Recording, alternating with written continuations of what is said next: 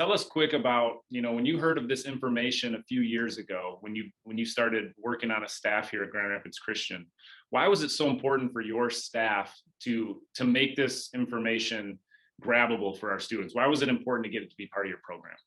Yeah, so I mean, I think part of it is I was really familiar with Carol Dweck's work on growth mindset and the impact that has on students' learning and students' growth and development just in general.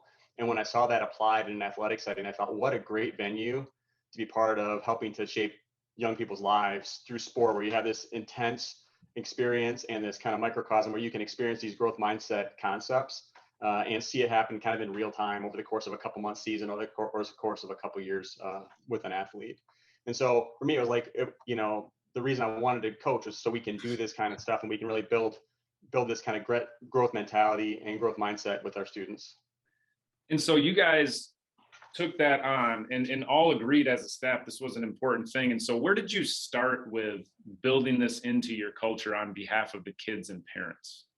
Yeah, so I was fortunate. One of my assistant coaches, my first year, was a writer, and I'm so thankful for that because he's like, we should come up with an acronym for GRIT, and I'm like, well, let's do that. So we were actually on a road trip, and in the back seat scratching out, what is GRIT going to mean to our kids? And so we actually created an acronym that became sort of our core values. So GRIT is this term, but then we also break those letters down for us. So we can actually have the girls and now the boys understand, what does this mean? Not just a word. It's not just, working hard, but behind this, what are all the concept components of it, even and especially in a Christian context. So you started with that acronym and that quickly grew into places you wanted to put that acronym. So where did you go with that acronym? Yeah, so I started by saying, we want to communicate this really clearly. So at our initial parent meeting, I'm introducing myself and my staff to this group of parents that maybe has heard of us, but doesn't know us at all. I said, this is what we're about. These are our core values, and this is how we're going to live it out. And so I share with them our GRIT acronym and the components of that. And then we said, I want this to be visible every time we're out and about. So on the back of our training shirts, we list our GRIT values so that every time we're on the field, and it had this notion of, what are we about? And even had a couple of the t-shirts even had asked me about my GRIT so that people would say, what does GRIT mean? And the girls have to be able to explain to them, well, here's what it means to us. Here's what GRIT is all about. And I sent a weekly email out to parents and at the bottom and our players at the bottom of each one of those, I give a GRIT thought of the week. I break down one of the components, one of those letters of our acronym and just try to give it the context for the season. So, during a time of COVID when just being able to play is a blessing. We talk about, God has a reason, this is a blessing that we have to be able to be out on the field together. Like we need to rejoice in that, be thankful for that, and take advantage of those opportunities.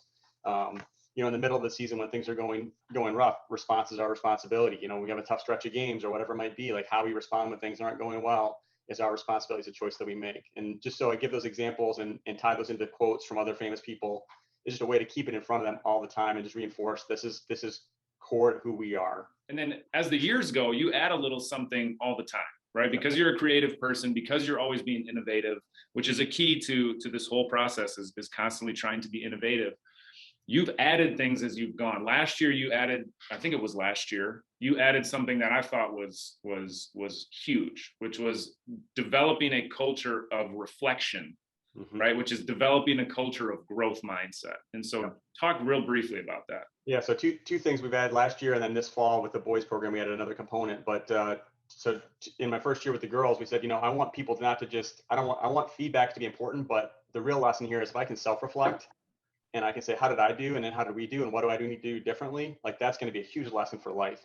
And so I instituted a kind of a post-game survey that I sent out after every game for every player to rank both their personal performance and their personal effort, their preparation, their performance, and their effort, and the team's preparation, performance, and effort. And then an opportunity to give feedback or ask questions to the coaches. And so after every game, I can get them and they can rate themselves on a scale of 1 to 5. How did they do? And how did they feel like they were ready? How did they feel like they performed? How did they feel like their effort was? What I found just by emphasizing that notion that effort creates ability or effort counts twice is that in the seasons that I've been head coach, not once have I felt like our teams have been outworked, right? We've never coasted through a game. We always worked hard, whether we're ahead or behind, didn't matter, because we've just sort of embedded in that like effort is critical to our success, and we can reflect on that.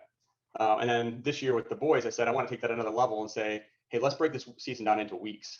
right? And I'll self-reflect, not just how did I do, but what do I need to do to get better? So we'd set a grit goal for the week, and they would say, what is the one thing I need to do to improve my playing time, to improve my performance in the field? What's the goal I want to set for myself? And they would put that again in a Google survey form, and that gave me insights into what do they think they're doing well, and how does that jive with the feedback that we're giving them? And is there a disconnect? We need to have a different conversation. So it just created some good conversations for us there, but also made them think about how do I get better?